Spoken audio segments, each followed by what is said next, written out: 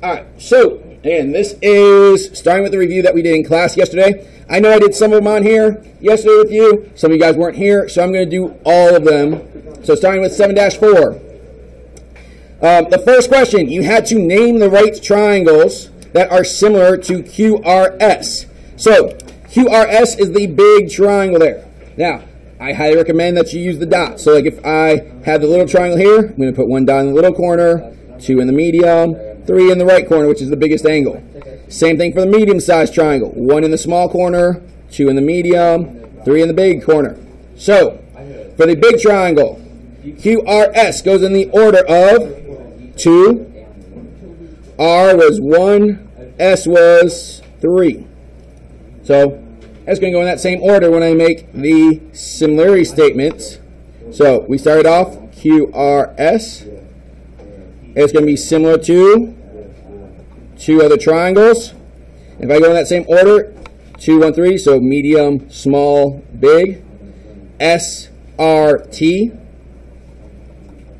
And for the other little triangle, again, medium, small, big, or 2, 1, 3, Q, S, T. All right. So those should be your answers for number 1. Now, for number 2, this entire section, you're solving for X and Y. Some of them were straightforward, some of them weren't. So on number 2, this one was a lot more straightforward than others. You had X and Y. X was a leg. Y was a altitude. So you need to know those 2 formulas. Again, I have those 2 formulas on the board. They will not be on the board tomorrow. So again, those formulas that you have to know here is that for the altitude, it's going to be the square root or the geometric mean of the 2 parts. So part 1 times part 2. Whereas for a leg, your formula would be the square root of, or the geometric mean of, the adjacent part and the whole hypotenuse. Alright? So, those are your equations that you have to use for basically 2, 3, 4, and 5. Now, could you also set up proportions and solve? Yes. Again, it might take you more time, but if you really want to do that, you can. Number 2, you have X is a leg. So I'm going to plug into my leg formula. So I have X as a leg, 6 is the adjacent part, and these 2 combined will give me the whole of 20. So X equals the square root of 6 times 20. Now, 6 times 20 is 120. Again, I told you guys yesterday, I would prefer you guys trying to simplify radicals on this paper. So, square root of 120 breaks down into a perfect square of 4 times 30. Square root of 4 is 2, so that would be 2 radical 30. That would be an exact value. If you rounded your answer, let's see what that gives us. Square root of 120 is 10.95. All right? For Y, same idea. So again, on the same thing, we have an altitude, but now we need the 2 parts. So Y equals the square root of part 1, which was 6, and part 2, which was 14. So that's going to be 6 times 14, which is 84. And the square root of 84, you could break it down. It's 4 and 21, which would give you 2 radical 21. Or, if you change it to a decimal, 9.17.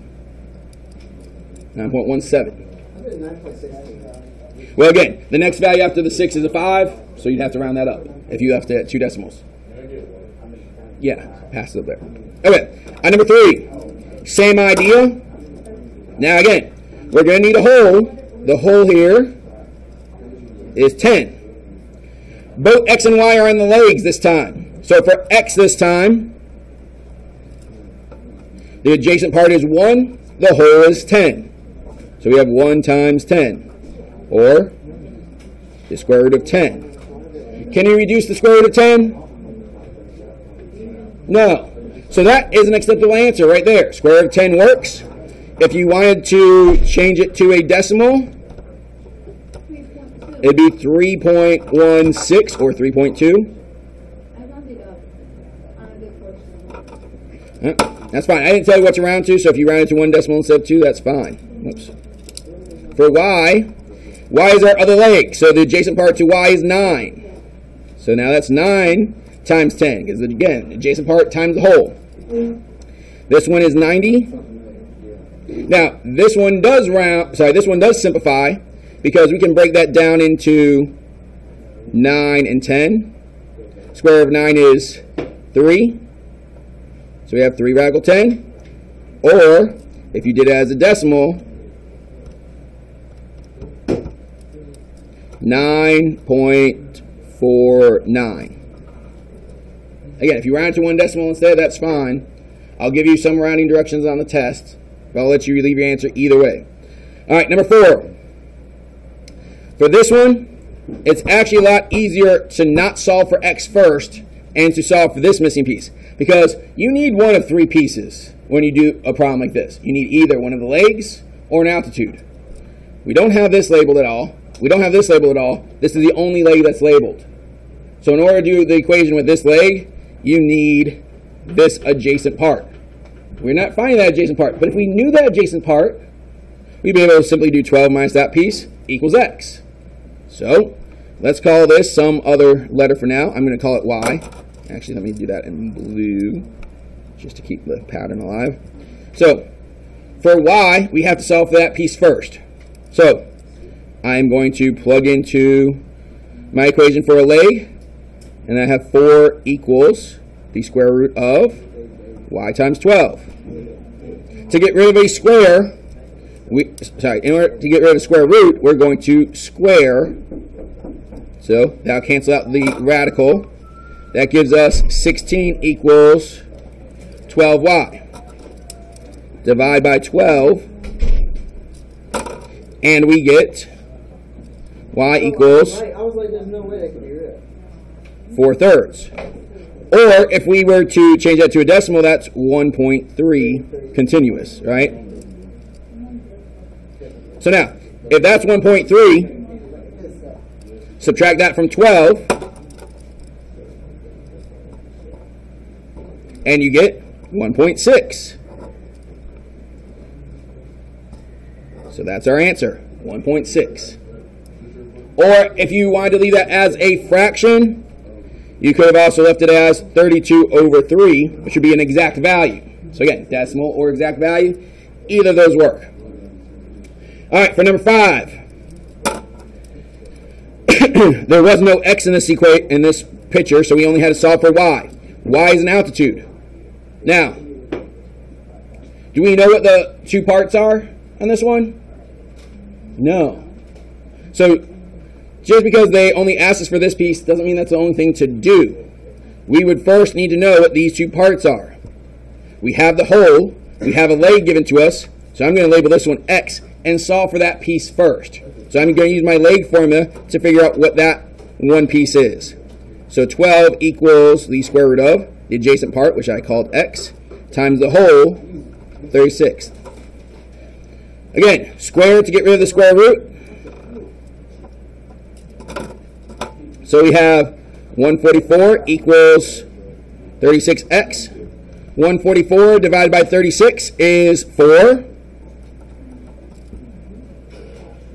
And that's what x is over here. So that's 4. Well, that's 4. Subtract that from 36. 36 minus 4 is 32.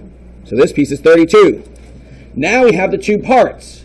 So now that we have the 2 parts, we're going to find the geometric mean of those 2 for the altitude. Because again, y is our altitude. Y equals the square root of part 1 and part 2. 4 times 32 equals 128. Square root of 128. Again, we could reduce it. If we reduce it, we get the square root of 16 times 2. 16 gives us 4. So 4 radical 2. Oops, sorry, no, I lied. I can't, I actually went ahead and screwed up in my head there. That's not right. Not 16. That's 64. Which then that reduces to 8. Sorry. So square root of 64 reduces down to 8. Or as a decimal, that's 11.31. Alright, on 6.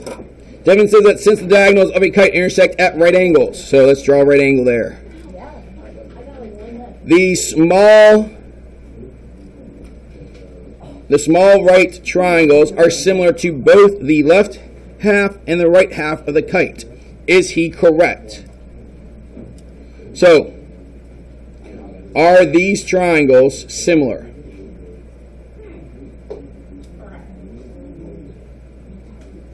Again, if he's talking about left and right according to this picture, yes. This triangle is similar to this one. Actually, in fact, they are congruent in a kite. This one's congruent to this one, this one's congruent to this one, or the overall triangle is congruent to this one. Also, since this is a right triangle, this is an altitude for this triangle.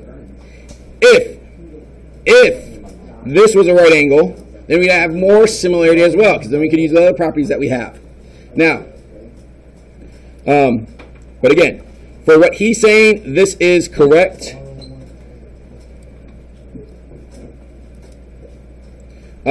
I don't like the book's answer. I'm going to show you the book's answer real fast. I said because it's theorem 7-4. This is the book's answer. And it says he's correct only if this is a right angle and this is a right angle. But if you read what the question stated, all he said was that these triangles from left to right are similar. These triangles are similar no matter what because they're congruent. Same thing here. These are similar no matter what because they're congruent. These are similar no matter what because they're congruent. What they're trying to make a statement or a case of in their answer is the fact that if these are right angles, then every single triangle in the entire image would also be similar. But again, that's not what he stated. So I disagree a little bit with their answer. But if those were right angles, all the triangles, every single one, every small triangle, every big triangle would all be similar if those were right angles. All right, moving on. So would theorem 7-4 be right? As a reason, Yeah. 7-4 was the, which one was that? I don't remember. Was it about the altitudes of a triangle? Yeah. That would be the one that they're using in here in their explanation. So yes. All right. 7. I did that one on the board yesterday in every class. I don't really want to do it again. I will show you the answer. I think they rounded their answer. What did we get in class yesterday? Do you remember? 3.7. Yeah, they rounded their answer, definitely, to 4. We got, what is it again? 3.75. And it did say round to nearest foot, so that's why they rounded. But that was a complicated question because you had to do multiple steps. It was a 4-step question. You had to find the parts, then the altitude, and then use Pythagorean theorem to find the missing side. So again, I'm not going to do it all again. We did it in every class yesterday. I'm not going to ask you one that does that many steps on the test. On the back side, we have y and z that I wanted you to solve for. So for y and z, this is now using the idea of if we have parallel lines, we're going to have similar figures. So for this problem, again, I told you x was impossible because even though they say these lines are parallel, these two are not proportional to these two, so there's a problem with x. Now, I don't think that affected any of the rest of this problem. So, if we take the little triangle here, all right, or sorry, we don't have to do that part yet. Y is on the side. We can use the proportion set up by the parallel line there to solve for y. 7 over 3 and 5 over y. So 7 over 3 equals 5 over y. Cross multiply and solve. That's 15 equals 7y. Divide by 7 and you get roughly 2.1. So that's y. For z. Z now is on the bottom. It is not one of the sides being split by a parallel line. So can you use that side splitter theorem? No. You have to go back to the idea of similar triangles. You have the little triangle here compared to the big triangle here. So you have to use the triangles. More than one way to set the proportion, but I would say, again, we could do 7 over z, for example. All right, so I use these two parts of the little triangle. And then I'd have to know this entire side, so add all those values up.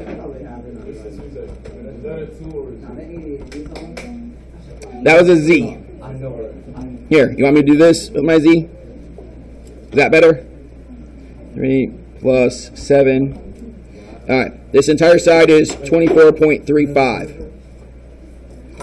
So we could do, again, going in the same order, 24.35 over 25. Cross multiply and solve. So 24.35 z equals 7 times 25 is 175. Divided by that 24.35, and you get 7.1. Actually, it said round to the nearest tenth, so we round this off to 7.2. All right, and that would be our answer for z. All right, we good there? All right. Yes. So I did this side. We should also be able to do this side. Did you use this side instead? Okay. If you had used this side, you should also get the same answer. But I just used this side. So I used 7 from the little triangle compared to 24.35 of the big triangle. But again, I have to have that common thing. Again, I could have switched these numbers around a little bit, but as long as your proportion is set with the same things across from each other, when you cross multiply, you should get the same answer. So like you could have done 7 over 24.35 and z over 25, and that would also work as a proportion. All right? But again, you have to make sure you're matching up corresponding pieces. All right, for number 4, this one's a little bit more straightforward. Again, this is your proportion. There's your fraction bar, 2 over 6, x over 9. So 2 over 6 equals x over 9. Again, I like reducing before I cross multiply. So I'd have 1/3. When you cross multiply, you get 3x equals 9. Divide by 3, and x is 3. Then for 5, again, extend, set them equal. X over 12 equals x plus 1 over 15. Cross multiply, 15x equals 12x plus 12. Subtract off the 12x, you're left with 3x equals 12. Divide by 3 and you get 4 for x. On 16, again, extend. You got your proportion. 8 over 7 equals 16 over 2x. Now, you could actually simplify this if you want to. On this side, both of these are divisible by 2. You could actually say 8 over 1x and then cross multiply if you wanted to. So 8 times x is 8x. 8 times 7 is going to be the 56. And 56 divided by 8, we're back to 7. Number 7, we have, again, these two over these two. There's my proportion. 5 over x equals 3 over 6. Again, we could simplify. That'd be 1/2. Cross multiply. 1 times x is just x. 2 times 5 is 10. We have our answer. Middle one we didn't do. Number 9. This one, Yes, this one also gives you a quadratic if you set this up, but it does not give you a x squared and an x value. It will just give you an x squared value. So this is a quadratic that you should be able to solve without using any other algebra. So cross multiply, 3 times 2.5 is 7.5 x squared, and 7.5 times 4 is 30. Divide by 7.5 and you're back down to 4. Get rid of the square root by, get rid of the square by square rooting, and that gives you 2. Now, for this problem, it is true that when you solve a quadratic, you get 2 answers. This is technically plus or minus 2. Could you have a negative value here, though? No, because if you were to plug a negative value in for x, it would give you a negative length, which you can't have any type of negative distance, so our answer is just 2. Wait, but what if we square? Well, again, on this problem, if you were to plug in a negative number, it would give you a negative length. You can't have a negative length. So that's why it's only 2 and not plus or minus 2. All right, on number 11, again, we can break this up with a fraction bar down the angle bisector. We'd have 16 over 12 equals x over 9. Again, there's more than one correct way to set that up. You could reduce 16 and 12, gives you 4 and 3. Cross multiply, 3x equals 36. Divide by 3 and you get 12. Over here, again, angle bisector, use it as your fraction bar. 6 over 9 equals x minus 4 over x. We could reduce here, that becomes 2/3. Cross multiply, 2x equals, you got to distribute that 3 to both parts, 3x minus 12. Bring the 3 across, so I'm going to subtract this 3 off. I get negative x equals negative 12. Divide by negative 1, and x is positive 12. On 13, same idea. It says, River claims that he can write 2 different proportions to find x. What are 2 proportions? So an example of 2 things that you could do, separate this way and set them equal. So that'd be 16 over 12 equals x over 9. Or we could separate it this way and set them equal. 16 over x equals 12 over 9. Essentially, as long as you set it up so the same values are diagonal from each other, it is a correct proportion. There's at least 4 ways to do that on this problem. All right? If you switch sides of your fractions, then there's technically 8 different ways you can do it. Yeah. Oh. I thought I had it up high enough. So again, both of those work. Again, you can split it either way. All right? But as long as you have the 16 across from the 9 and the 12 across from the x, you are good. All right. I know we're running short on time, but I'm going to keep going here. On this one, so from the homework, to find each length, so first, RS is a leg. So you do the square root of the adjacent part, which is 4, times the whole, which you get by adding those, 16. Now, you could multiply this together, but you can save a little bit of time. Both of those are perfect squares. You can take the square root of both of those, and you just have 2 times 4, which is 8. All right, more than one way to do that. ST, that got cut off, but it's this side. It's the other leg.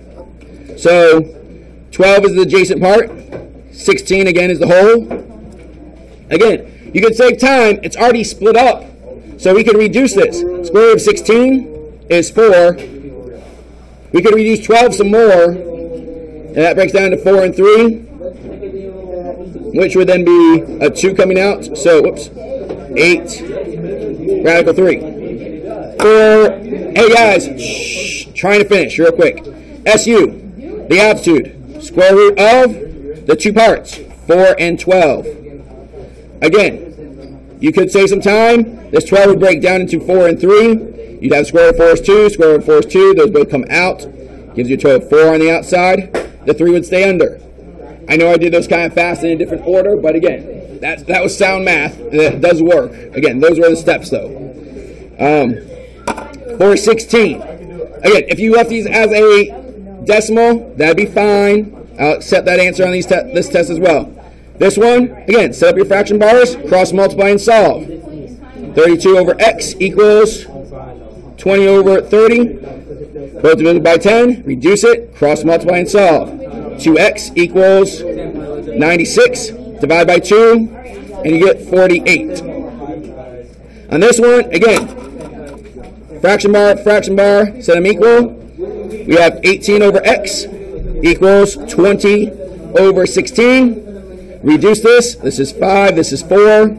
Cross multiply. 5x equals, what is 4 times 18? 72. Divide by 5. And you get 14.4.